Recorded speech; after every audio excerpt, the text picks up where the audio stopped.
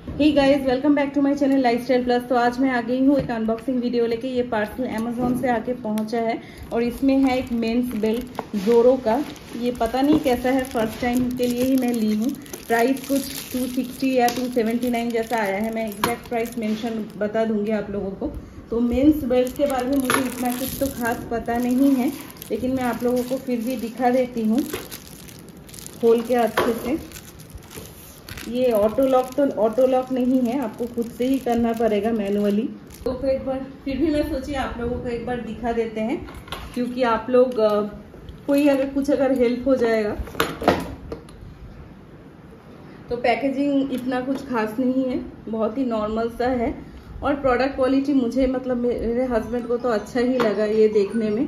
तो चलिए आज वीडियो इधर ही खत्म करते हैं, मिलते हैं और एक न्यू वीडियो के साथ। तब तक के लिए बाय बाय।